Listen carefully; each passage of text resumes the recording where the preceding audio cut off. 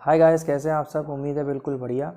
आज एक नया सा चैप्टर हम शुरू करने जाएंगे जो कि बहुत ही इमोशनल है एट द सेम टाइम। ये सारे जो हमारे साथ भी होती है। The chapter is Mother's Day, जो कि लिखा गया है जेबी प्रिस्टली के द्वारा। सबसे पहले मैं आपको इसका इंट्रोडक्शन दूंगा, फिर पैराग्राफ वाइज समराइजेशन बताऊंगा और फिर उसको मैं इनकैप्सुलेट पॉइंट वाइज में बताऊंगा। उसमें आपका एग्जामिनेशन पॉइंट ऑफ व्यू से जो भी इम्पोर्टेंट क्वेश्चंस है वो सारे कवर हो जाएंगे। तो चलो शुरू करते हैं। तो जैसे कि मैं बता रहा था कि मदर्स डे का मतलब क्या होता है, मम्मी का दिन, है ना। हालांकि Father's Day, Mother's Day, Independence Day, ऐसे हम सारे डे बनाते हैं।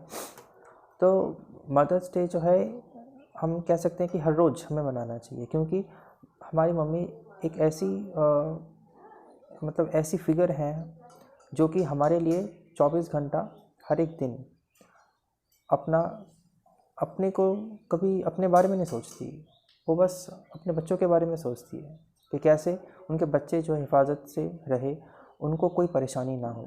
चाहे वो खुद सफ़र कर ले, वो कभी कहेंगी नहीं, मगर उनके बच्चों को, उनके परिवार को कभी कोई परेशानी ना हो, वो हमेशा इस बात के ऊपर अमल करती है, वो सोचती है। तो ऐसा ही कुछ होता है इस चैप्टर में भी। शुरुआत में तो ऐसी बहुत ही हम्बल, बहुत ही केयरिंग नेचर की एक मम्मी होती है। उनके बच्चे ज़्यादा इम्पोर्टेंस नहीं देते उनको, और बाद में उनकी जो फ्रेंड होती है वो काफ़ी डोमिनेंट नेचर की होती है। दोनों अदला बदली कर लेते हैं अपने पर्सनालिटी बाय मैजिकल स्पेल, जादू से। और फिर वो बहुत ही डोमिनेंट बन जाती है। जो मीक, जो हम्बल मम्मी थी, अपने फैमिली मेम्बर के साथ वो वैसे ही बर्ताव करती है जैसे कि उनके बच्चे जो है उनके साथ पहले करते थे। फिर उनको समझ में आता है कि गलत है। फिर जो दोबारा से मैजिकल स्पेल के द्वारा अदला बदली कर लेते हैं वो पर्सनालिटी। वो मम्मी जो है, जो डोमिनेंट जो पर्सनालिटी थी, वो चली जाती है, और जो जैसी वो असलियत में थी वैसे वो आ जाती है। चलो मैं शुरू करता हूँ। J B Priestley's Mother's Day describes the plight of a mother in her own family. J B Priestley का द्वारा लिखा गया मदर्स डे जो है वो दिखाता है जो प्लाइट है of a mother in her own family. एक मम्मी की अपने ही फैमिली में उनका क्या दुख है, क्या दर्द है, उसको ये रिप्रेजेंट करता है। हर husband and children treat her like a servant. उनके जो फैमिली है, ठीक है, उनके जो बच्चे हैं, उनके जो हस्बैंड है, वो एज ए सर्वेंट उनको ट्रीट करते हैं। Mrs Pearson is such a lady. Mrs Pearson जो है वो इस प्रकार की लेडी थी। Her next door neighbour Mrs Fitzgerald helps her. तो उनके पास में रहती थी मिसेस फिट्जरलैंड, जो कि उनको हेल्प करती थी, उन्होंने हेल्प किया था। She transforms a timid and weak women into a mistress. वो एक बन जाती है, किससे, क्या, टिमिड मतलब बहुत ही डरपोक टाइप, वीक मतलब बहुत ही कमज़ोर। ये पहले उसके पर्सनालिटी होते थे, उससे वो मिस्ट्रेस बन जाती है और बाद में जाके वो बॉस बन जाती है अपनी फैमिली में। Mrs Pearson sets her spoiled children Doris and Carol. Mrs Pearson जो है वो बताती है किसके अपने बच्चों को भी ठीक करती है। स्पॉइल्ड मतलब बिगड़े हुए जो बच्चे हैं, क्या नाम है उनका, डोरिस और कायरिल या Cyril. And her pompous husband George right. और उनके जो पति परमेश्वर है, उनका नाम क्या है, जॉर्ज, उनको भी वो ठीक कर देती है। तो इम्पॉर्टेंट क्या है एग्जामिनेशन पॉइंट ऑफ व्यू से, उनका पर्सनालिटी कैसा था। पहले जो था वो टिमिड था, वीक था, उसके बाद वो डोमिनेंट बन जाती है बाय सम मैजिकल स्पेल। और ये मैजिकल स्पेल किसने करवाया था, किसके द्वारा हुआ था, मिसेस फिट्जरलैंड के द्वारा। उनके बच्चों का नाम क्या था, उनके बच्चे का नाम था डोरिस, जो कि उनका बेटा था, और साइरिल जो है CYRIL, साइरिल, जो कि उनके बेटी का नाम है, और उनके हस्बैंड का नाम जॉर्ज है। इतना सा क्लियर हुआ। ओके, अब मैं पैराग्राफ वाइज जो है सब कुछ आपको बता देता हूँ क्या है देखो। It is afternoon, Mrs Pearson is sitting with Mrs Switzerland in a living room. ये दोपहर का समय था। मिसेस पियर्सन जो है वो बैठी हुई थी किसके साथ, मिसेस स्विट्जरलैंड के साथ अपने ही लिविंग रूम में। Mrs Pearson is a pleasant but worried looking woman in her 40s। वो 40 की उम्र, मतलब 40s में कुछ उनका एज था, और वो बात कर रही थी अपने दोस्त से। उनका दोस्त का नाम क्या था, मिसेस स्विट्जरलैंड, और काफ़ी वो चिंतित दिखाई दे रही थी। मगर वैसे तो वो एकदम प्लीजेंट सी है, ठीक ठाक है, कोई प्रॉब्लम नहीं है। Mrs Switzerland is older, heavier and a stronger personality. और स्विट्जरलैंड किस प्रकार की महिला थी, वो ओल्डर थी, काफ़ी वयस्क थी, मतलब उनसे ज़्यादा वयस्क थी, हैवियर थी, भारी थी, और काफ़ी दमदार पर्सनालिटी की थी। They have sharply contrasting voices. उनके जो बात करने का तरीका जो है, उनका जो वॉइस टोन है, वो भी उसमें काफ़ी फ़र्क था। Mrs Pearson speaks in a light but Mrs Switzerland with a deep voice. Mrs Pearson जो है वो बात करती थी बहुत ही हल्के से, और मिसेस स्विट्जरलैंड जो थी वो बहुत ही डीप वॉइस से बात करती थी। Mrs Switzerland has been telling Mrs Pearson's Fortune. Mrs Switzerland को क्या देखने आता था, एस्ट्रोलॉजी आती थी, तो उसको पता था कि क्या भविष्य होने वाला है। तो इसी प्रकार से मिसेस पियर्सन का जो फॉर्चून है वो भी उन्होंने बताया था। She learn this art from the east where her husband had served in the army. उन्होंने सीखा था इस आर्ट को, इस कला को, कहाँ से, ईस्ट से, जब उनके हस्बैंड जो है वो स्थल सेना में कार्य करते थे। Mrs. Switzerland asks Mrs. Pearson to put her foot down once and all. Mrs Switzerland जो है वो पूछती है मिसेस पियर्सन से कि आप जो है अपना जो फूट है उसको नीचे रखो और ये समाप्त कर दो सब हरदम के लिए। She should be the mistress of her own house. मतलब इसका ये मतलब था कि आप जो है अपना डोमिनेशन नेचर जो है दिखाना शुरू करो, आप कोई सर्वेंट नहीं हो अपने हाउस में, आपका भी वैल्यू होना चाहिए। तो वो समझाने के लिए स्विट्ज़रलैंड ने ऐसा कहा था, उसको बॉस बनाना था, ठीक है। मतलब पियर्सन को, मिसेस पियर्सन जो है उनको स्विट्ज़रलैंड चाहती थी कि वो बॉस बने। She must be the boss of her family, वो बॉस, उनको बॉस बनना था। She runs after them all the time, हरदम जो है, ठीक है, मिसेस पियर्सन जो है अपने फैमिली के पीछे समय देती थी, मगर उनके लिए कोई नहीं सोचता था। She takes their orders as if she were their servant, वो उनके ऑर्डर्स ऐसे लेती थी जैसे कि उनके वो जो है सर्वेंट हो अपने ही फैमिली में, अपने ही घर पे। इन this way she is ruining her self and the family, और इसी प्रकार से वो जो है पूरा ख़त्म कर रही थी अपने को और अपने फैमिली को, लाड प्यार से ये सब। Mrs Pearson's husband and her children should take notice of her. Mrs Pearson के जो हस्बैंड जो थे वो और उनके जो बच्चे जो थे, इस उनमें क्या फ़र्क था वो उन्होंने देखा था कि कुछ फ़र्क आया है। पहले ऐसे जो है हमारी मम्मी बर्ताव नहीं कर रही। Mrs Pearson is timid, Mrs Pearson कैसी थी, बहुत ही डरपोक सी। She keeps making her mind to deal with them, वो हरदम सोचती थी कैसे मैं डील करूं अपने ही परिवार के सदस्यों से। She can't muster enough courage, तो उनको वो ज़्यादा करेजियस भी नहीं थी, ज़्यादा हिम्मत भी नहीं होती थी, अगर कुछ गलत भी उनके साथ हो रहा हो तो उसको कैसे ठीक किया जाए उनको ये मालूम नहीं था। मैं उम्मीद करता हूँ आपको इतना तक समझ में आया होगा। फिर भी कोई डाउट है तो ज़रूर पूछना, मैं आपको वो भी क्लियर कर दूँगा। ओके, उसके बाद Mrs Switzerland tells Mrs Pearson that she will set her family right. तो स्विट्ज़रलैंड ने कहा था मिसेस पियर्सन को, किसको कहा था, किसने कहा था, मिसेस स्विट्ज़रलैंड ने कहा था मिसेस पियर्सन को कि वो जो है आ चुकी है, अब वो सब कुछ ठीक कर देगी। Only they will have to change their personalities, बस उनको क्या करना है, अपना पर्सनालिटीज़ जो है वो अदला बदली कर लेना है। She asks Mrs Pearson to give her hand and keep quiet for a minute. Pearson वो पूछती है मिसेस पियर्सन से कि अपना हाथ दो और कुछ समय तक चुप रहो।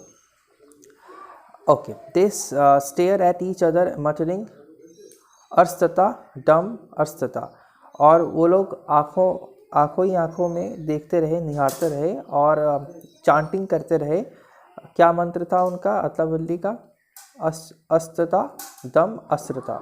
देयर पर्सनैलिटीज चेंज बॉडीज, अब जो है उनका पर्सनैलिटीज़ जो है वो चेंज हो चुका है।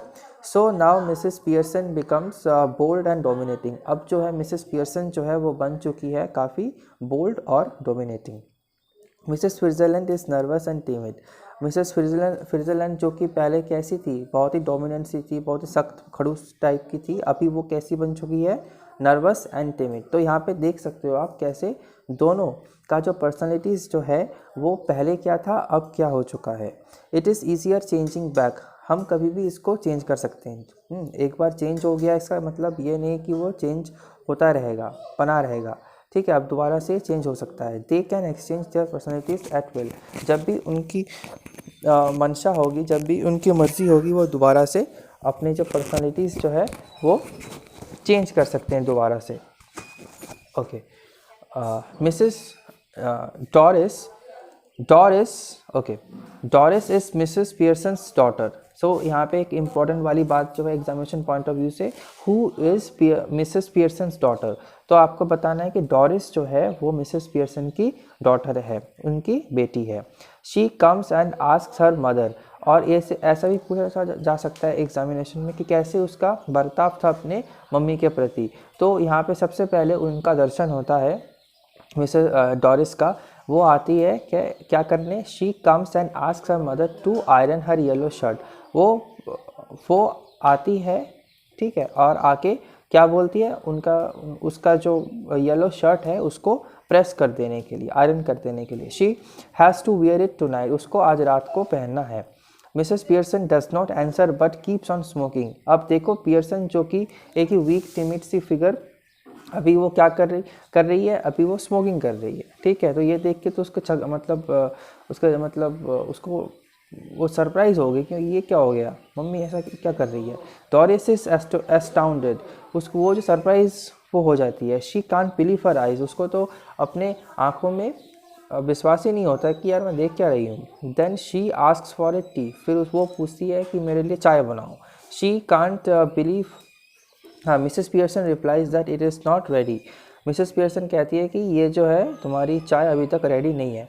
डॉरिस बिकम्स एंग्री, डॉरिस जो है वो बहुत ही एंग्री हो जाता है, बहुत ही गुस्सा हो जाता है। She again insist on having her shirt ignored, उसके बाद दोबारा से वो शर्ट आयरन, तो दोबारा से बोलती है कि दोबारा से आयरन करवाओ, मतलब दोबारा से वो कह रही है कि मम्मी आयरन कर दो मेरा जो शर्ट है। मिसेस पियर्सन जो है रिएक्ट स्ट्रांगली, अब की बार वो और भी भड़क जाती है।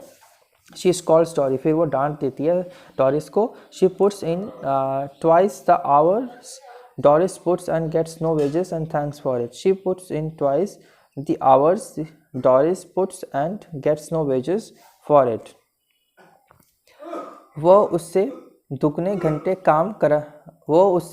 घंटे काम करती है और उसे इसके लिए कोई दिहाड़ी, मतलब कि कोई पैसा हो या वेज हो या मान लो धन्यवाद उसे नहीं मिलता, ठीक है।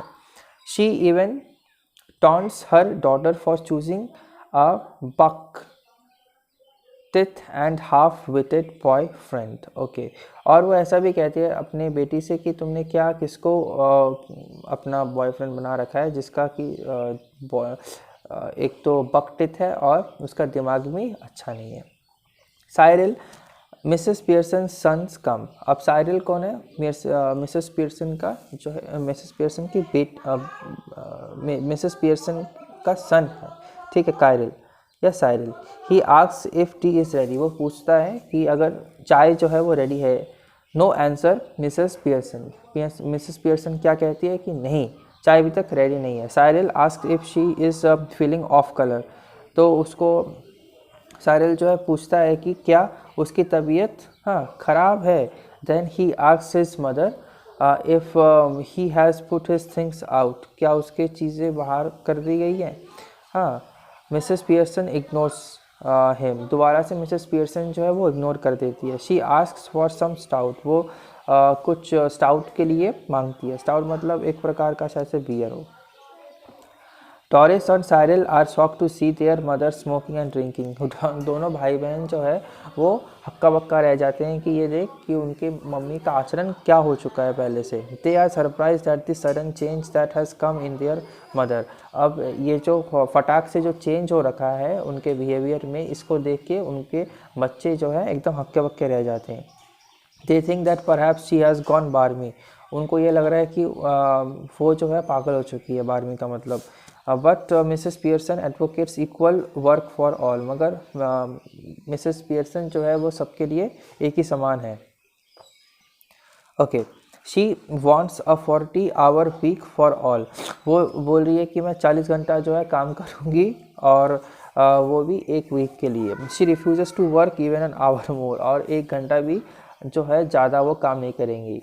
कहने का ये मतलब है कि हमारी मम्मी हमारे लिए कितना कुछ काम करती है, कभी भी छुट्टी नहीं लेती, कभी भी ऑफ क्या कहते हैं लीव नहीं लेती, CL नहीं लेती, PL नहीं लेती, और इस प्रकार से हमेशा हमारे लिए अपने आप को सेक्रीफाइस करती रहती है। ठीक है, तो यही बात है कि जब टॉरिस और साइरल की मम्मी को इतना मतलब झेलना पड़ा सब कुछ, तो बहुत ही दुखद ये सिचुएशन था। मगर किसी ने भी उनकी दुखद सिचुएशन को समझा नहीं, जिसके चलते आज ये हश्र है कि सभी उनको उनका जो पुराना रूप है उसमें देखना चाहते हैं, ना कि डोमिनेंट और इतना ख़तरनाक मगरूर टाइप जो उन्होंने अपना वो पर्सनालिटी चेंज कर रखा है और ऐसा उन्होंने पाया है। यही बात है। हाँ, okay, Cyril Mrs Pearson's sons come. Okay, he asks if tea is ready. वो पूछती है कि ओके, जो सेकंड उसके बाद जो पैराग्राफ आता है, George Mrs Pearson's husband comes. ठीक है, मिसेस पियर्सन्स हस्बैंड कम्स। उसके बाद जॉर्ज उनका भी अब पूरी क्लास लगती है। क्यों, क्या होता है, जॉर्ज जो है Mrs Pearson's husband comes, he is surprise to find her drinking stout. He surprise to find her drinking stout. अब जॉर्ज जब वापस अपने घर पे आते हैं तो मिसेस पियर्सन जो है वो जॉर्ज जो है वो मिसेस पियर्सन के हस्बैंड है। वो जब वापस आते हैं तो वो बहुत सरप्राइज़ हो जाते हैं उनको देख के कि उनकी जो वाइफ है वो क्या पी रही है, स्टाउट मतलब अल्कोहल। ठीक है, वो पीते हुए देख वो शॉक्ड हो जाते हैं। मिसेस पियर्सन जो है, ठीक है, replies that she likes drinking for a change. उसके बाद मिसेस पियर्सन जो है वो रिप्लाई करती है कि वो जो है वो चाहती है ड्रिंकिंग फॉर अ चेंज। वो मतलब उनको वो क्यों पी रही है, ऐसा शायद से पूछा होगा तो उन्होंने बताया होगा कि ये जो है मैं पी रही हूँ only for enjoyment, for a change, अपना मूड रिफ्रेशमेंट के लिए। Mrs Pearson makes a mockery of her husband. तो उसके बाद मिसेस पियर्सन जो है वो मतलब खिल्ली उड़ाती है, ठीक है, अपने ही हस्बैंड का। He is one of the standing jokes. उसका सभी मजाक उड़ाते हैं। कहाँ पे, क्लब में। They call him Pompy ompy Pearson. उसे वो क्या बुलाते हैं, Pompy ompy Pearson, because they think he is so slow and pompous. अब आपसे क्वेश्चन कैसा पूछा जा सकता है, who is called Pompy ompy Pearson, who is called Pompy ompy Pearson. तो आपको ये बताना है कि वो जॉर्ज पियर्सन को ये इस नाम से पुकारते थे। क्यों, कहाँ पे, क्योंकि उनका जो खुलिया था काफ़ी फैट था, इसलिए। Because they think he is so slow and pompous. और वो काफ़ी हद तक कैसे थे, बहुत ही स्लो थे, बहुत ही धीरे धीरे काम करते थे इसीलिए, और बहुत ही पॉम्पियस थे। ठीक है, they taunts him that they always laugh at him behind his back. उनको हमेशा वो टॉन्ट करते थे, जो भी क्लब मेंबर्स थे या क्लब में जो भी थे, वो टॉन्ट क्या करते थे हमेशा उनके पीछे। दे call him names. She wants him that if he stouts at her, she will slap his fat big face, fat silly face. वो वार्न करती है उनको कि he stouts at her, ठीक है, he shouts at her, she will slap his bag big foot। मतलब इसका ये मतलब है कि अगर ज़्यादा से कुछ आप बोलोगे, चिल्लाओगे, तो हम क्या करेंगे, आपके मतलब हम आपको स्लैप करेंगे, डायरेक्टली आपके चिक पर स्लैप करेंगे, डायरेक्टली ऐसा कह देती है वो। तो सोचो कैसी वो थी और कैसी अब हो चुकी है। जॉर्ज एग्जिट स्लोली, वहाँ पे जॉर्ज वहाँ से निकल लेता है धीरे धीरे, almost as if somebody has hit him over his head, ऐसा लग रहा है मानो कि उसको किसी ने उसके सिर पे किसी ने हिट किया हो। डर के मारे भाग जाता है कि मतलब हो क्या रहा है, पहले तो ऐसा कुछ होता ही नहीं था, अभी ऐसा आलम हो चुका है कि घर पे किसी की कोई चल ही नहीं रही है, बस उनकी चल रही है, मतलब मिसेस पियर्सन की चल रही है। अब मिसेस पियर्सन का जो कैरेक्टरिस्टिक्स है वो किन का है, मिसेस स्विट्ज़रलैंड का है। कैसे पाया है, ये जो है बाय मैजिकल स्पेल से उनका जो कैरेक्टरिस्टिक्स है उन दोनों का, मिसेस पियर्सन का जो कैरेक्टरिस्टिक है वो चला गया स्विट्ज़रलैंड में, और स्विट्ज़रलैंड का जो कैरेक्टरिस्टिक है वो आ गया मिसेस पियर्सन में। इस प्रकार से don't get mixed up, any doubt any time you may ask, I will make everything clear to you, fine, and I will also give you some time for the question answer session, and there I will discuss each and everything very clearly, okay।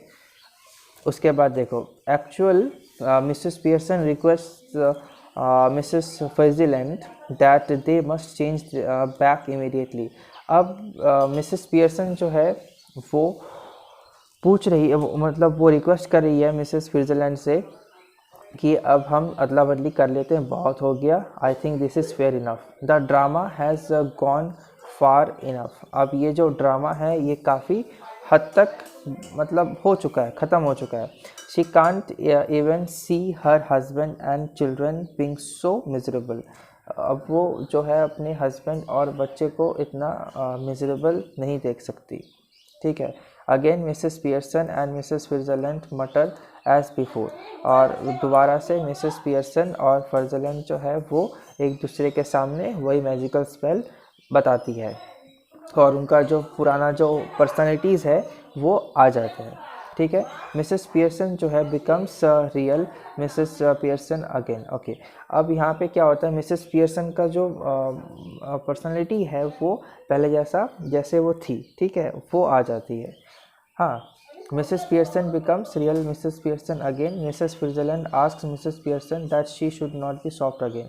अब Mrs Switzerland जो है वो पूछती है Mrs Pearson को कि उसको जो है दोबारा से इतना ज़्यादा सॉफ्ट नहीं होना है। If she does not firm up everything will go waste, अगर वो इसको ध्यान में नहीं रखेगी तो सब कुछ जो इतना टाइम से हमने अदला बदली कर रखा था अपना जो कैरेक्टरिस्टिक्स, तो ये जो है वेस्ट हो जाएगा पूरा। She should not give any explanation और apologise for what she has done, और उसको क्षमा याचना भी नहीं मांगना है।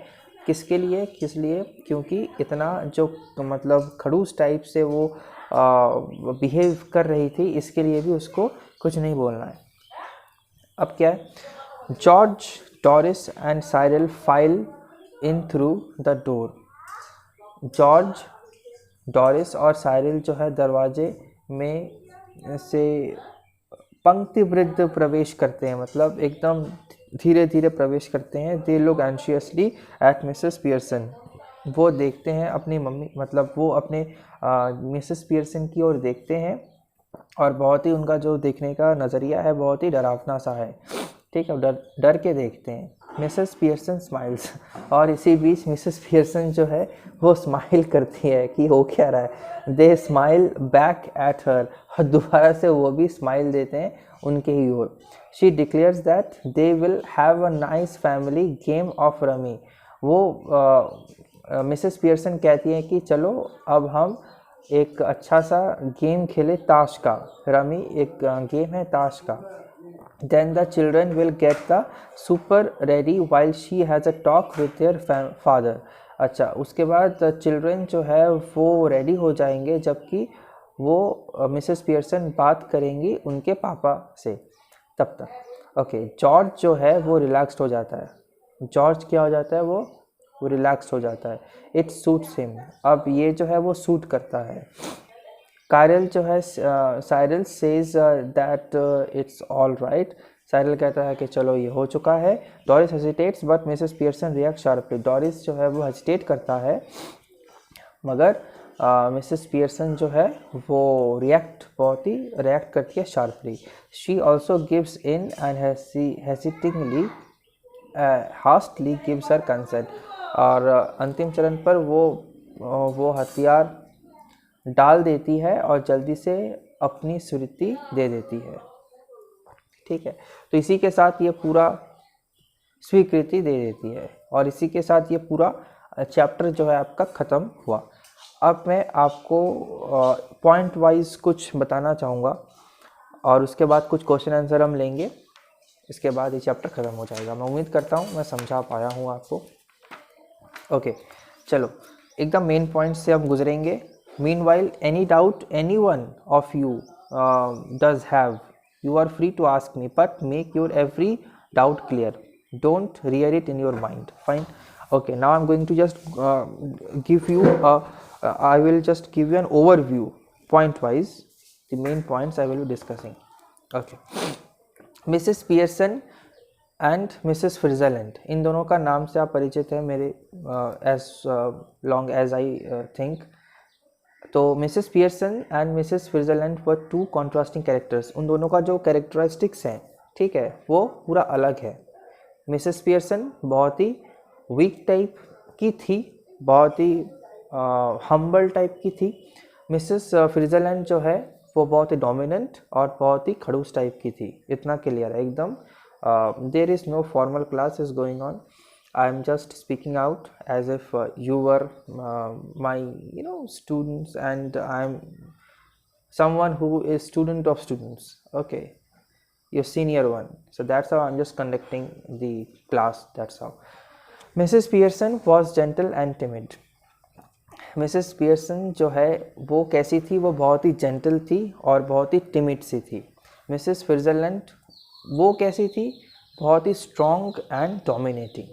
अब मिसेस स्विट्ज़रलैंड को पता था कि उनके जो बच्चे हैं, मतलब मिसेस पियर्सन के जो बच्चे हैं और उनके जो हस्बैंड है, किस प्रकार से मिसेस पियर्सन से बर्ताव करते हैं. Just like a servant.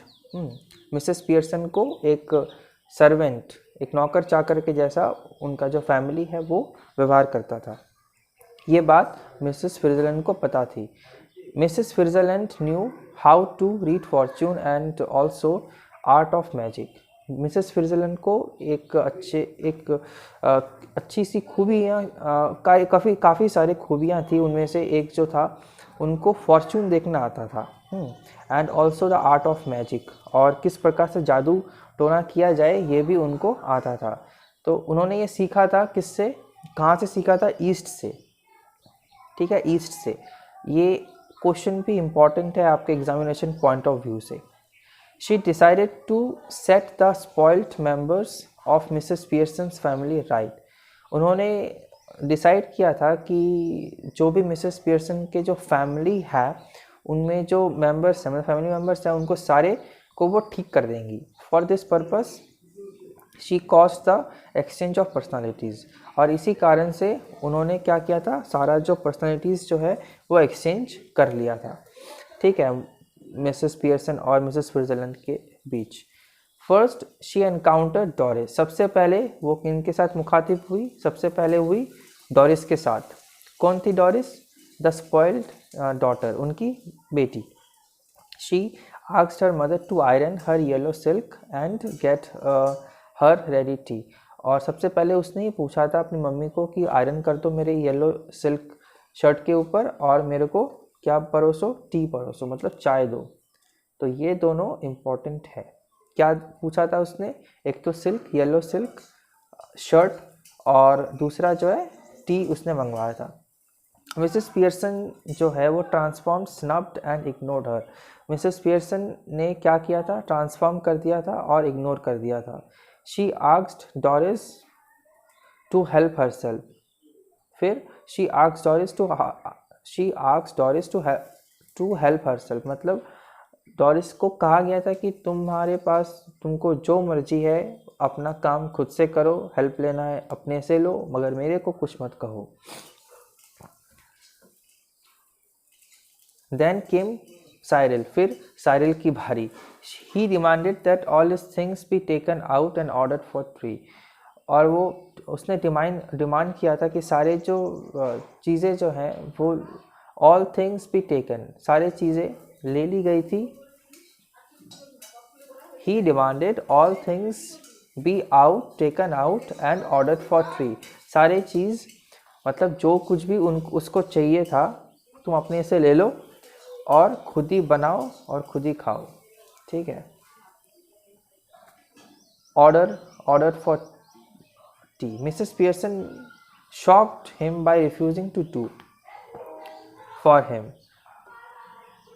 तो कायरल, दो मैं दोबारा से क्लियर कर देता हूँ। साइरिल जब आया तो उसने क्या किया था, हुक्म किया था कि मेरे लिए ये दो वो दो, ठीक है, और मेरे लिए क्या प्रिपेयर करो। उसने भी टी के लिए ऑर्डर दिया था, ठीक है, मगर मिसेस पियर्सन ने कोई कुछ बात नहीं सुनी, बल्कि उन्होंने कहा कि आपको जो मर्ज़ी करना है करो, मेरे को इंक्लूड मत करो, मैं कुछ नहीं कर सकती तुम लोगों के लिए, ख़त्म। Doris and Cyril were further shock to see their mother smoking and drinking. Smoking और ड्रिंकिंग करते देख डॉरिस और साइरिल जो है वो एकदम आश्चर्यचकित हो गए। देन केम जॉर्ज, फिर जॉर्ज जो उनके हस्बैंड हैं वो आए। ही spent most of his time at the club, जो कि अधिकतर समय अपना क्लब में ही व्यतीत करते हैं। Mrs Pearson taunted him, Mrs Pearson उनको मिसेस पियर्सन ने टॉन्ट किया था उनको कि that he was one of the standing jokes, कि उनका हमेशा जोक बनाया जाता है। They call him Pompy ompy Pearson, उन्हें किस नाम से वो पुकारते थे, पॉम्पी ऑम्पी पियर्सन के नाम से पुकारते थे। The real Mrs Pearson could not bear the drama any more, अब जो हकीकत में जो मिसेस पियर्सन जो थी वो और सहन नहीं कर सकती थी ये सारे जो ड्रामा चल रही थी वहाँ पे।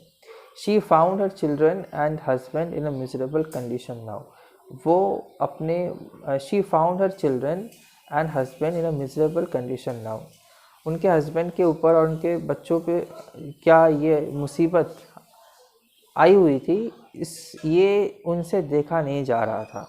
Mrs Pearson pressed Mrs Fitzgerald to change back personalities, Mrs Pearson press करती है मिसेस स्विट्जरलैंड को कि दोबारा से अदला बदली कर लेते हैं, as they were before the change, जैसे पहले थे वैसा हो जाते हैं।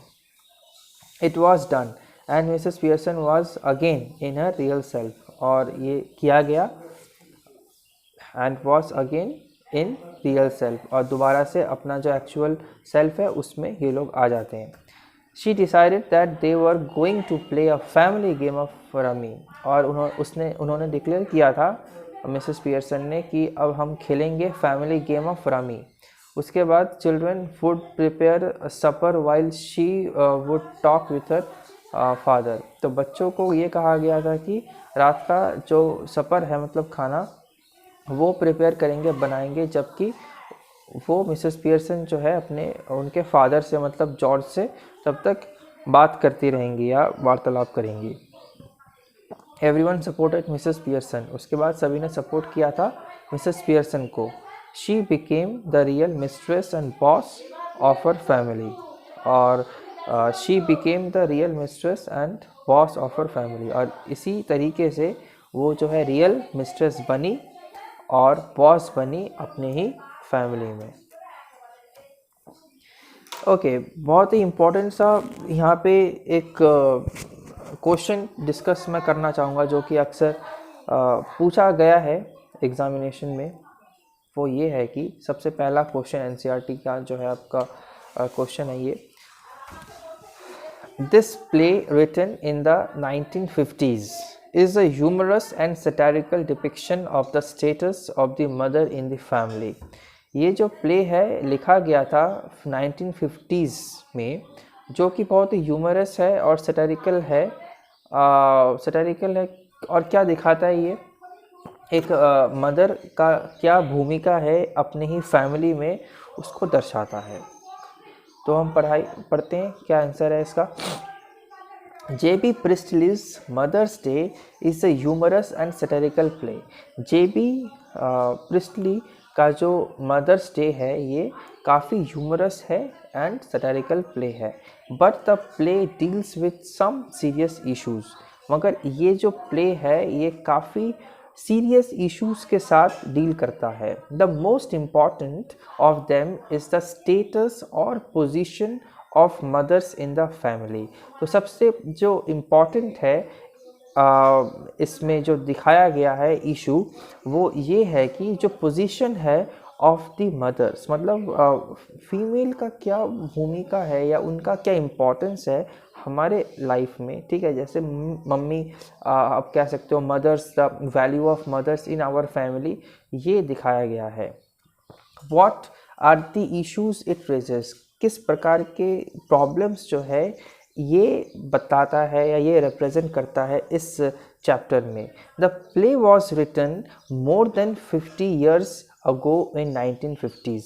आज से अगर आप कैलकुलेट करोगे तो 50 साल से भी ज़्यादा हो चुके हैं इस प्ले को लिखा गया हो। The position of mothers in the family was in very every way inferior to that of man. आज भी वही रुतबा या आज भी वही इम्पोर्टेंस दिया जाता है जैसे कि पहले दिया जाता था, हालांकि थोड़ा इम्प्रूव्ड हुआ है, मगर as compare to man the importance of women is not given equally. They are somewhere inferior, they are somewhere so to speak second citizen people. Okay, उसके बाद they were exploited and intimidated not only by their husbands but also by their children।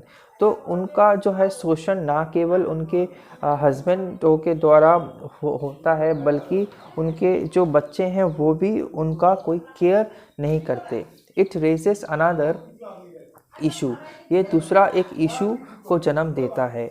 Are mothers just the beasts of burden, क्या मतलब वो burden है, beasts of burden, beast का मतलब होता है एनिमल, ठीक है। They work in kitchens cooking meals for the family, हरदम उनका काम क्या होता है, किचन में जाना होता है और खाना पकाने तक ही सीमित होता है अपने फैमिली के लिए। दे आयरन द क्लोथ्स, और वो आयरन करते हैं किसको, क्लोथ्स को। They prepare tea when their husbands arrive home for from work और आउटसाइड, उनका काम क्या होता है, बस प्रिपेयर करना होता है चाय जब भी उनके हस्बैंड्स घर ऑफिस से घर पे आते हो, ये सब। Mrs Pearson is such a woman of 40, और इसी प्रकार की जो वुमन हमें इस चैप्टर में हम देख रहे हैं वो है मिसेस पियर्सन, जिसका कम से कम 40 years एज होगा। ओवरबर्डन्ड विथ हर फैमिलियल रिस्पॉन्सिबिलिटीज़, काफ़ी फैमिलियल रिस्पॉन्सिबिलिटीज़ उसके ऊपर थी और वो काफ़ी ओवरबर्डनिंग थी। She has neither rest nor piece, ना ही उनका कोई रेस्ट होता था और ना ही कोई उनका शांति होती थी। शी हैज़ नो फ्रीडम, उनका कोई स्वतंत्रता भी नहीं था, मतलब उनको कोई फ्रीडम भी नहीं थी। Okay, she is always dancing to the tunes of her son Cyril and daughter Doris। हमेशा उनका जो बेटा था वो जो कहता था वो, और उनका जो डॉटर थी डॉरिस, इन दोनों जो वो कहते थे हरदम उसी को वो सुना करती थी। She can't have any fun, उनका अपना कोई फ़न या मनोरंजन ऐसा कुछ नहीं था। Mothers like Mrs Pearson are marginalised and neglected, जो मिसेस पियर्सन के जैसे जो मम्मी हैं उनका हमेशा क्या होता रहता है, मार्जिनलाइज्ड, मतलब उनको इम्पॉर्टेंट या वैल्यूएबल जो क्लास ऑफ सोसाइटी है या उनका हमेशा मतलब आप कह सकते हो वैल्यूलेस उनको माना जाता है, ठीक है, और उनको हमेशा नेगलेक्ट किया जाता है from the mainstream of society से। Okay, now next question, do you think it caricatures this issues or do you think that the problems it raises are genuine? How does the play revolve the issues? Do you agree with the resolution?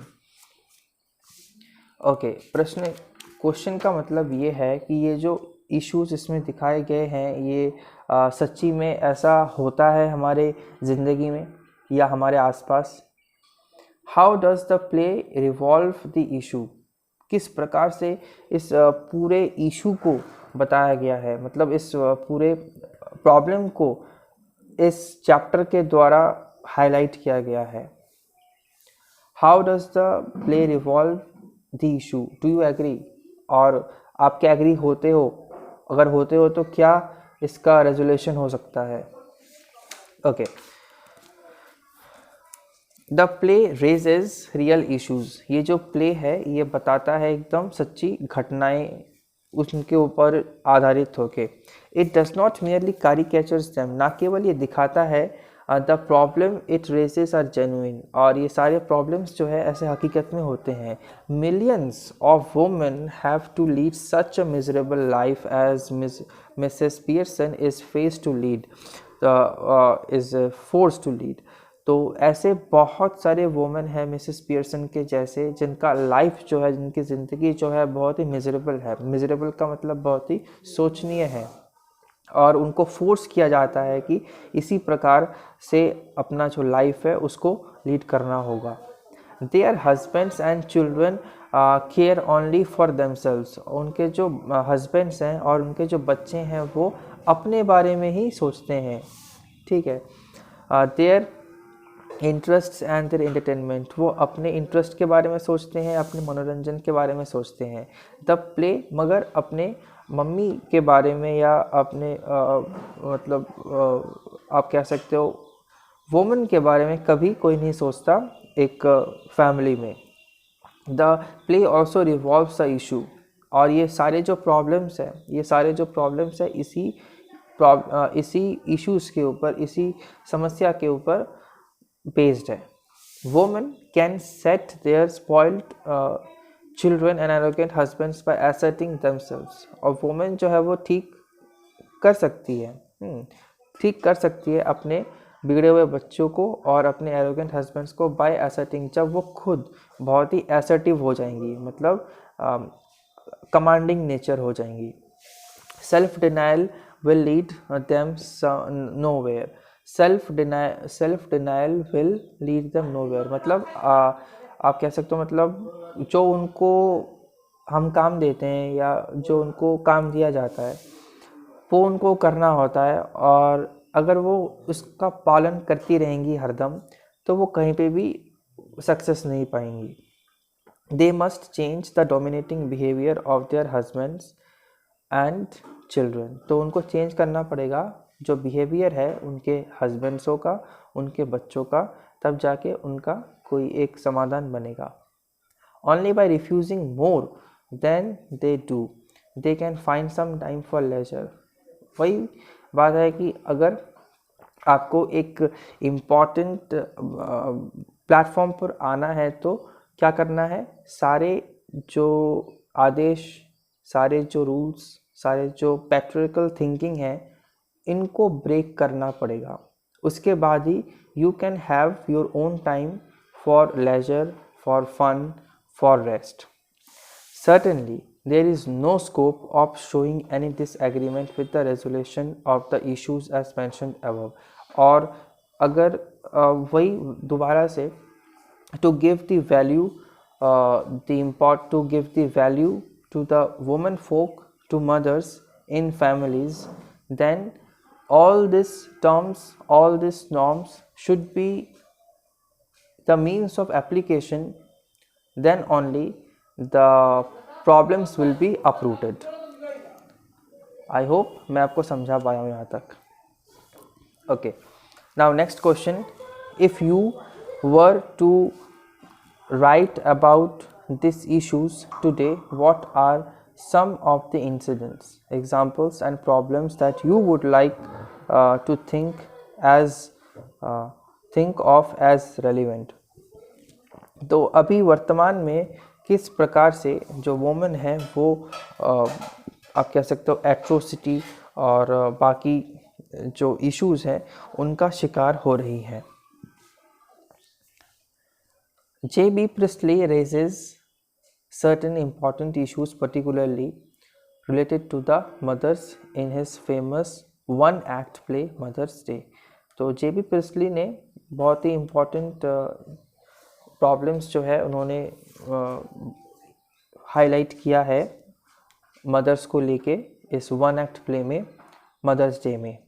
Mrs Pearson is a typical mother. Mrs Pearson बहुत ही traditional type की mother थी. She runs after her husband and children all the time. वो हमेशा अपने husband और अपने बच्चों के पीछे लगी रहती थी. She takes their orders as she were their servant. वो हमेशा उनके ऑर्डर कैसे लेती थी जैसे कि वो खुद एक सर्वेंट हो. She has to stay at home every night while they go out enjoying themselves. हमेशा हर एक रात को उनको अकेला ही घर पे रहना पड़ता था. ऐसा भी होता था कि उनके जो फैमिली मेम्बर्स है वो बाहर कहीं घूमने गए हो enjoyment के लिए. It is ruining her as well as her family. और इस प्रकार से वो ये उनको रुइन कर रही थी और उनके फैमिली को भी ये रुइन कर रही थी. ऐसा जो मतलब नेग्लिजेंस है, ऐसा जो वैल्यूलेस उनका जो इम्पोर्टेंस है अपने फैमिली में, ये काफ़ी हद तक बहुत ही खतरनाक था. The important issue raised is that sons, daughters and husbands should take notice of our mothers and wifes. जो इम्पोर्टेंट इशू यहाँ पे दिखाया गया है कि डॉटर्स और हस्बैंड्स जो है उनको सोचना चाहिए अपने मम्मियों के बारे में और अपने वाइफ्स के बारे में. Poor wifes try to come out of their miserable situation. तो पुअर वाइफ्स का मतलब यहाँ पे जो डिपेंडेंट वोमेन जो है उनका सिचुएशन काफ़ी हद तक मिजरेबल होता है, क्योंकि after all economically they are dependent on their husbands, that's why. But they can't muster enough courage. तो वो का इनफ मतलब करेज भी बटोर नहीं पाते. Poor Mrs Pearson does not know how to deal with them either. इस पुअर पियर्सन को मालूम भी नहीं था कि किस प्रकार से जो है आप कह सको साहस बटोर के और गो अगेंस्ट हो पाए. Doris has to go out tonight. Doris को जाना था रात को बाहर. She has to iron her yellow shirt. और इसी कारण से उनको आयरन भी करना था येलो शर्ट को. She gets angry with her mother when she does not do it. और वो बहुत ही गुस्सा हो जाती है जब वो इनकार कर देती है कि हमसे नहीं हो पाएगा, तुम खुद से कर लो. Cyril is angry because his mother does not serve him tea. Cyril या साइरल जो है वो बहुत ही गुस्सा हो जाता है क्योंकि उनकी मम्मी जो है वो टी सर्व नहीं कर पाती, मतलब नहीं करती. The poor mother has to put in twice the hours and gets no wages nor thanks for. मतलब वो इतना कुछ काम करती है, ना उनको तनख्वाह मिलती है उसके लिए, ना उनको कोई ग्रेटफुल है, मतलब इतना कुछ काम कर देती है. Mothers in the families are the most exploited lot. तो मदर्स जो है किसी भी फैमिली में उनको बहुत ही एक्सप्लॉइट किया जाता है, शोषण किया जाता है. Drinking, smoking and playing cards are the luxuries that such women can't enjoy. Okay, drinking हो गया, स्मोकिंग हो गया और जो कार्ड्स प्लेइंग हो गया, ये सारे जो है मतलब उनके साथ कोई एसोसिएशन नहीं रखता. ठीक है, ये सब जो है कोई मैन हो या कोई उनके बच्चे हो वो कर सकते हैं, मगर वो नहीं कर सकते. ठीक है, उनकी मम्मी मदर्स नहीं कर सकती. When Mrs. Pearson tries to enjoy such luxuries, जब मिसेस पियर्सन खुद ये सारे लग्जरीज क्या करते हैं, इंजॉय करने में आ जाती है. She is considered of colour और बार्मी. तो उस समय उन्हें क्या बोला जाता है, पागल बोला जाता है. ठीक है, ये क्या पागल हो चुकी हैं. Like this women must एसर्ट themselves in their families. तो उन्हें क्या होना चाहिए, एसर्टिव, डोमिनेंट होना चाहिए अपने परिवार में. They must take their husbands and children learn to help themselves. उन्हें सिखाना चाहिए अपने हस्बैंड्सों को, अपने बच्चों को कि कैसे खुद को मतलब हम हेल्प कर सकते हैं. Like this. Okay. Now next question. Is drama a good medium for conveying a social message? Discuss. क्या आप सोचते हो इस ड्रामा से हम कुछ सीखते हैं, सोशल मैसेज ये कुछ हमें बतलाती है? तो certainly drama is a useful and forceful medium for conveying a social message. Drama के बदौलत से हम एक बहुत ही मीनिंगफुल या बहुत ही यूज़फुल या फोर्सफुल तरीके से बता सकते हैं कोई भी सामाजिक मैसेज अगर हमें पास ऑन करना हो तो। J B. Priestley uses the dramatic art very convincingly to highlight certain issues. तो जे.बी. प्रिस्टली जो है वो ड्रामेटिक आर्ट यूज़ करते हैं इसमें ये दर्शाने के लिए कि किस प्रकार का जो प्रॉब्लम है, किस प्रकार का जो समस्याएं हैं वो हमारे जो घर पे हमारी मम्मियाँ हैं वो ग्रस्त हैं उनसे। The basic issue is the exploitation of हाउसवाइफ्स and mothers of the family. तो इसमें बेसिक या फंडामेंटल आप कह सकते हो जो कि एक्सप्लॉयटेशन होता है, ठीक है, हाउसवाइफ्स का और जो मदर्स का हमारे ही फैमिली में। They play the play presents the plight of Mrs Pearson. ये जो प्ले है ये बताती है हमें क्या, जो दुख है, जो दर्द है मिसेस पियर्सन की। She has to dance to the tune of her husband George and children Doris and Kyle। और उसे हर एक काम करना होता था, उनके हस्बैंड का बात मानना होता था, उनके बच्चों का, ठीक है, डॉरिस और साइरल जो कुछ भी बोलते थे उनको मानना होता था। इसलिए the play ends with a social message. ये जो प्ले ख़त्म होता है एक सोशल मैसेज से। The message is the message of equality. तो ये संदेश हमें यही देता है कि इक्वालिटी होनी चाहिए, man and women both are equal, equal work for man and women. तो दोनों का जो कार्य है वो एक समान होना चाहिए, मैन एंड वोमेन का। 40-hour week for all now says Mrs Pearson, actually Mrs Fitzgerald. अच्छा, 40 घंटा जो है वो एक वीक में काम करेंगी और उससे 1 घंटा भी ज़्यादा नहीं करेंगी, ऐसा मिसेस पियर्सन ने बताया था जब मिसेस फिट्जलैंड का जो कैरेक्टरिस्टिक था वो अदला बदली हुआ था। JB. Priestly effectively uses drama as a powerful medium। JB. Priestley जो है वो ड्रामा को बहुत ही एक पावरफुल मीडियम से बतलाता है। He uses it to highlight the protest of a mother against her exploitation by her spoiled children and husband. और वो जो है वो हाईलाइट करता है जो प्रोटेस्ट है एक मदर की जो कि उनको एक्सप्लॉइट किया जाता है उनके अपने ही बच्चों के द्वारा, अपने ही हस्बैंड के द्वारा। Mrs Pearson is helped in this way by Mrs Fitzgerald. और उनको हेल्प कौन करता है, उनकी बातों को कौन समझता है? मिसेस फिट्जलैंड आके ये सारे समस्याओं का समाधान करने का प्रयास करती हैं। She knows how to change personalities through magic. उनको मालूम था कि कैसे मैजिक से ये सारे जो पर्सनालिटीज़ अगर हम स्वैप कर लेंगे, अदला बदली कर लेंगे तो ये प्रॉब्लम सॉल्व हो सकता है। Mrs Pearson and Mrs Fitzgerald were two contrasting characters in every way. दोनों का जो Mrs Pearson and Mrs Fitzgerald का जो कैरेक्टरिस्टिक्स था वो एक अर्थ था, मतलब एक ज़मीन था तो एक आसमान था, दोनों का जो है पूरा कॉन्ट्रास्ट कैरेक्टरिस्टिक्स था। The familial issues and problems find a good expression through this drama. तो जो पारिवारिक जो प्रॉब्लम्स होती हैं, ठीक है, उसको एक अच्छा सा एक स्ट्रक्चर मिलता है जब ये चैप्टर कोई पढ़ता है और समझता है तो। ओके, नॉट ओनली दैट, ना केवल इतना ही, Priestley also reveals the tender heart of a mother. और प्रिस्टली ये भी दिखाने का प्रयास करता है कि देखो कि कितना टेंडर हार्ट होता है, ठीक है, एक मम्मी का कितना कोमल हार्ट होता है, कितना कोमल हृदय होता है।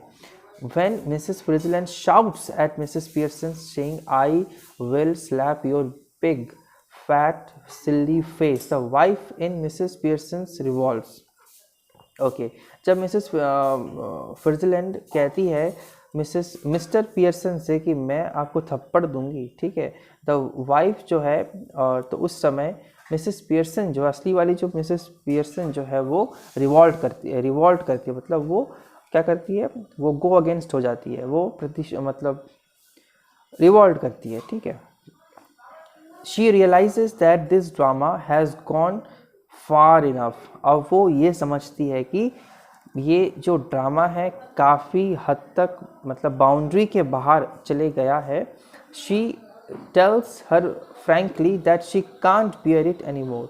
और उस समय वो कहती है, मिसेस पियर्सन मतलब असली वाली जो पियर्सन है, वो कहती है कि ये बहुत हो चुका है, बहुत हमने क्लास ले लिया, अब हमें छोड़ो. ठीक है, और इसके साथ ये जो है पूरा ख़त्म होता है ये chapter. I hope I could make you understand each and every line very clear. Still, if you have any doubt from any part of the text, you are free to ask me. I will make all these doubts clear. Okay. Now, some of the important points I would be talking about, and from your examination point of view, this is a must question, because many of the times I have seen these questions had been printed in your examination paper. So I will be just going through the questions. After the completion of giving the questions, I will also explain the answers. So till then, stay hooked with me. I will be defining each and everything with you minutely. Fine. Okay. Now the very first question comes in my mind after the completion of this whole text. What do you understand? What your understandability of this chapter, Mother's Day? Now mother is a feminine character, I would say, and there are two feminine characters we are getting. The first is Mrs. Pearson. Who is that? Mrs. Pearson. The second one is Mrs. Switzerland. Fine. Now if I ask you what are the characteristics do you see, do you know of Mrs. Pearson, then what will be your answer? And if I ask you the second question, write the characteristic sketch of Mrs. Switzerland, then what will be your answer? So accordingly you have to frame up, you have to give a throw at the examination paper so that you can score higher. The first answer I would like to give on my part would be Mrs. Pearson's character I am going to describe with my own words. I have managed up some of the answers, taking a course to net and some other books as well, including my own notes when I was in class 11th. Just a great memory it was. So I'm just going to share all those things with you. Okay, now Mrs. Pearson and Mrs. Switzerland are two contrasting characters, firstly. Secondly, Mrs. Pearson is a pleasant but worried about woman, worried looking woman.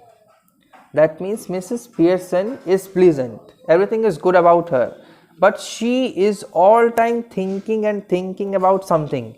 What is that something? Something is nothing but her own family itself.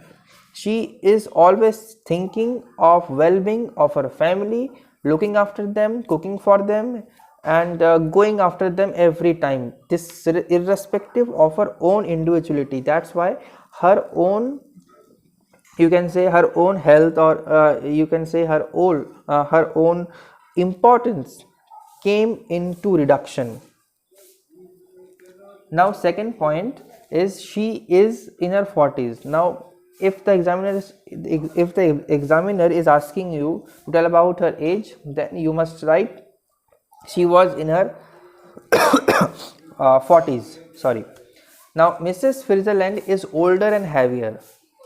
These two words are fully in contrast to what we have studied about Mrs. Pearson. Okay, she is totally different in different, you can say in terms of personality, in terms of behavior, in terms of demeanor, etc. Okay, Mrs. Pearson is timid and confused. What kind of personality again you are accumulating of Mrs. Pearson? She is very timid and confused. Always she thinks about taking care of her family, that's why she is confused. Mrs. Switzerland is strong and dominating character, whereas if you are talking about Mrs. Switzerland, she is always strong, very strong, and dominating. She is always dominating. The two have sharply contrasting voices. Their voice intonation is also different. Mrs. Pearson speaks in a light voice. Mrs. Pearson is very light. She does not have very high pitched voice, very sweet, delicate type of, it must be, her voice should be, while Mrs. Switzerland speaks in a deep one. Generally, deep voice is associated with the male counterparts or men, not with women. So dominant characteristic or the high pitched voice and then heavy voice, all these are the qualities generally found in men, and all this list of things have been associated with the one figure, that is Switzerland. Okay, now second question, if I ask you, how do Mrs. Pearson and Mrs. Switzerland exchange their personalities? Now, there was a time when Mrs. Switzerland noticed about the atrocities that Mrs. Pearson had been going through. There where Mrs. Switzerland started chanting one mantra after which their personalities had been swept together. And what incidents later on happened, that scenario you have to give out. Okay, Mrs. Switzerland wants Mrs. Pearson to let her set the members of her family right. So very firstly here Mrs. Switzerland determined to do one more thing, that she wanted to take a class of Mrs. Pearson's family. And who are included in the family? The first is Cyril, the second is Doris, okay, and the third one is who? Third one is, guess, is George. Fine, George is his own husband, Mrs. Pearson's husband. Mrs. Pearson replies that no one else can do it. Now Mrs. Pearson replies that no one else can do it. The members of her family won't allow any other to order them. That means she had been made up her mind by thinking that there was no person who could control her own family members. Even she wanted to speak, even she wanted to mold up her own family members, then also they would not follow, because she did not have any dominance, she did not have any value. She was just like a servant, acting and looking after her own family members. But the family members did not give any importance to that mother. So you can imagine what kind of mindset had been set up by this woman after having had done so many things for her own family. The family is less expected by her, and this is the word that she is uttering in front of us. Mrs. Switzerland tells that they can exchange their places. Now what platform or what idea was exchanged here? There was an exchange of their own personalities. Their own personalities got exchanged. Now Mrs. Pearson has become Mrs. Switzerland and Mrs. Switzerland has become Mrs. Pearson. Clear up to this? Any doubt? Okay, now next, she looks like her and Mrs. Pearson like Mrs. Switzerland. It won't last long. Okay, it did not go last long. They can exchange back at will. Whenever they want their personalities to be exchanged, their personalities will be exchanged. Okay. sorry, Mrs. Frizzleland holds her hand and mutters, and there was a time came when they just they just held their hands and uttered a mantra. What was that? Arshata Dam Arshata. In this way, their assumed bodies got swept together, and their qualities also got swept together. So that's how they just got their personalities exchanged. Fine. Now this important question passed by. Now next important question is, what is the effect on Mrs. Pearson and Mrs. Frizzleland after they exchange their personalities? Now what is the effect do you get after seeing Mrs. Pearson and Mrs. Frizzleland? They have got their personalities exchanged. Okay, what kind of changes do you see? Any of you, if you want to give?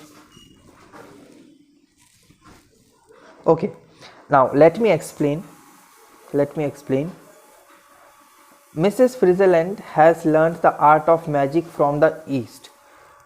As I said before also, Mrs. Frizzleland's husband used to serve in the army. So during that phase of time, Mrs. Frizzleland had learned the art of magic from the East. The trick helps them to exchange their personalities. The moment personalities change bodies, all the traits of Mrs. Frizzleland enter Mrs. Pearson's personality.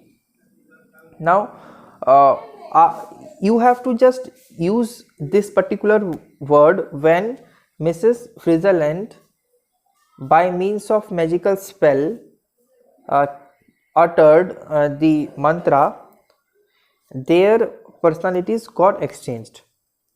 And the characteristics of Mrs. Pearson are, she believes, or she is very meek. Meek means very soft. Timid means one who is very afraid of. And the third one is confused. Confused means who has no determination, who has no you can say very chaotic in state. She becomes, and these are the characteristics of Mrs. Pearson. Now she is turning into another character, and that character does possess what kinds of characteristics? The first one is very aggressive. She is very aggressive. Second one, she is very dominating. And the third one is very fearful. Fine. So both these two characteristics are totally in contrast to each other. They are not the same. They are absolutely the opposite ones. Okay.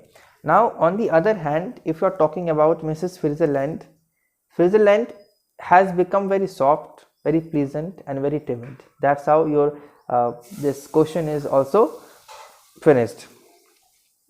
Now if examiner is asking you to describe about Doris, who is Doris? If 1 mark question comes, what would you do? Anyone? Try. Yes, you give. If you go mistaken, I will rectify, no problem, but at least you should give a try so that I can understand your capacity or your level, and thereafter I will work upon it. Yeah. Okay. Yeah, accepted. But how will you describe it? How you describe it in your examination paper so that the examiner can the checker get impressed by your answer? Okay, the firstly, how you should start. If you are getting this question, describe Doris. How does she trouble her mother? Okay, this question already came in your previous question paper, that's why I am asking you. So the first answer you should give, this is how you should start. Doris Pearson is the daughter of Mrs. Pearson. Very introductory part you should start with. The first line should be Doris Pearson is the daughter of Mrs. Pearson. Fine. Now there are two characters we have got. The first one is Doris Pearson, about what we are given the question. Now the second question already is being asked, that is, who is Mrs. Pearson? Mrs. Pearson is the, you can say, the central model, you can say the central figure of this chapter, about whom we are studying for a long. She is a pretty girl in her early 20s. Now you are describing about the age of Doris Pearson. You are describing about the age of Doris Pearson. How old she is? 20 years old. Okay. She looks pleasant, but she is spoiled child. She is okay, she is fine, she is good, but she is, well, she is not, she is very unmannered person. She is very unmannered person. She makes her mother run after her all the time. That means she is very much negligent of her own mother. She does not care about her own mother. She does not have any concern about her own mother. She gives orders to her as if Mrs. Pearson were the servant in the house. She always used to meet her mother and she used to just give the orders, just like we give to our servants in our house. The same way, the same treatment Mrs. Pearson used to get from her own family members, including Doris Pearson, who used to be her daughter, her daughter itself. So you can imagine what kind of plight, what kind of atrocity Mrs. Pearson had been gone through all throughout the course of life. But later on, how it was totally understood, it was totally made out, and her characteristic got a new shape. So that is very important to know. And second one is she asks her mother to iron her yellow silk. Now this child is also asking to iron her own t-shirt. Can you imagine? Being a girl, she is asking to iron the old t-shirt of her own.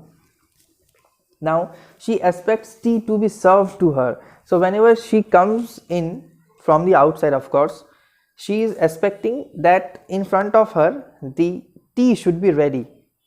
All should be like ready-made and things will be available at the doorstep, and all the things will be served by the mother itself. Why can't you do it alone? You do your own self, whatever you want. Why are you dependent on your mother? Not only you, but all your family members are depending on your mother. Why? Mother has also some kind of emotion. She has her own leisure time, fun time, entertainment time, but no, she is totally being neglected.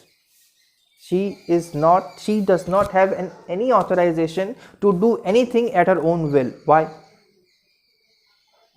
What do you think? This is justified? This is the way we should make it happen with each and every woman. This is even a kind of atrocity, a kind of behavior that is not even thought of by people, because this is very narrow concept. This is very narrow. This is very we consider it very valueless, but it has much more value in itself. Now she always thinks of her own and her own boyfriend Charlie. Now who is Doris Pearson always used to be possessed by a thought that is of her own self and her own boyfriend. And what was the name of that boyfriend? Charlie. That's it. Now next question, if you get, who is Cyril? Who is Cyril? And if I add on some more points to it to answer, What is the attitude towards his own mother? What kind of attitude Cyril had for her own mother? Try it yourself, I will make it clear. Cyril is the masculine counterpart of Doris. Cyril is simply the son of whom? Of Mrs. Pearson. He is also spoiled like her sister. He is also, spoiled means what? One who is given too much with too much. Okay, that means over pampering, over giving, and the later result is that child is getting spoiled. More than enough if we are giving or doing with anything, then the things would turn into so-called spoiled. He is in the habit of treating his mother very casually. He is also not showing any concern for his own mother.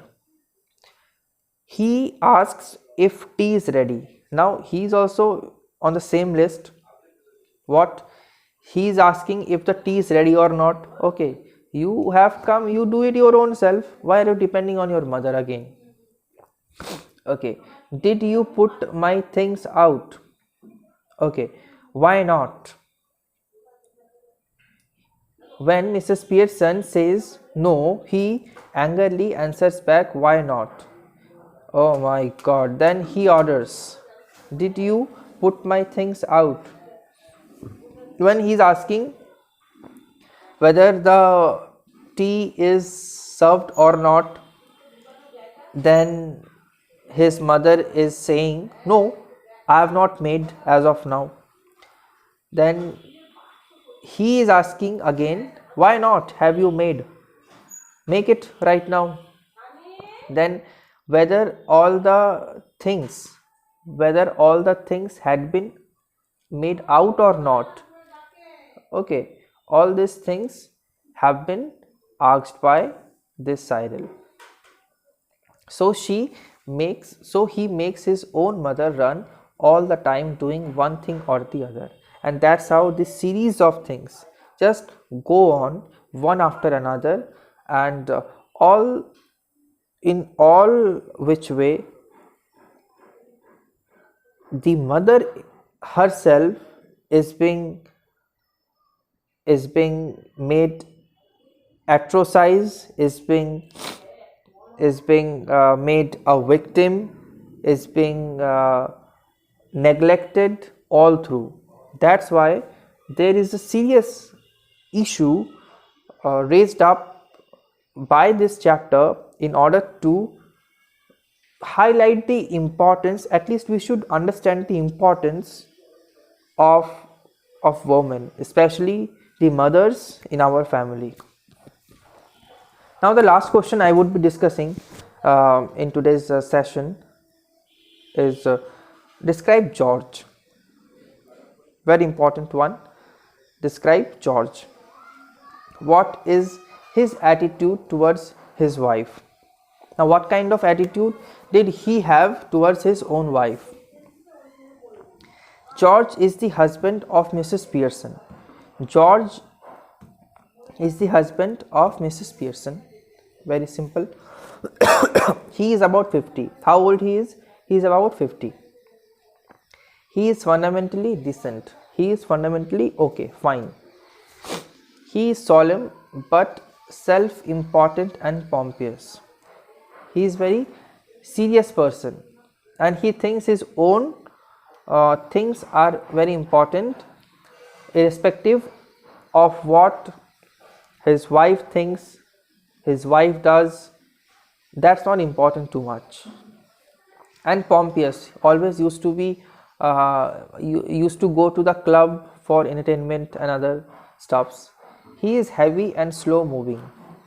That means he is very heavy, very weighty, you can say, and he used to move very slowly. His male ego suffers a jolt when he comes to know what his wife has not that his wife has not kept tea ready for him. That means each and every member of this family wants tea, one after another. When he needs it or not, she must have kept tea ready like an obedient wife.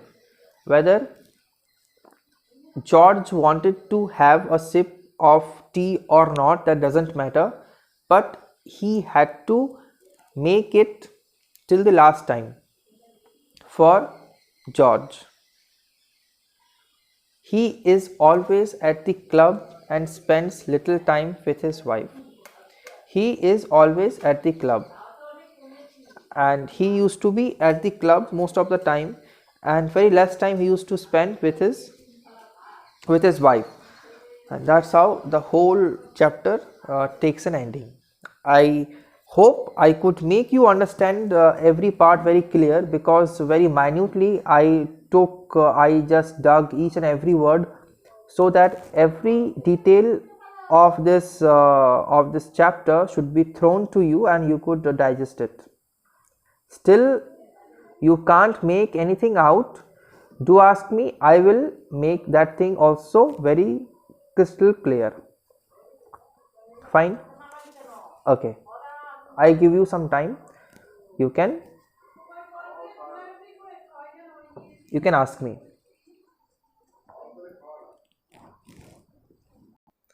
Okay, then thank you for your time.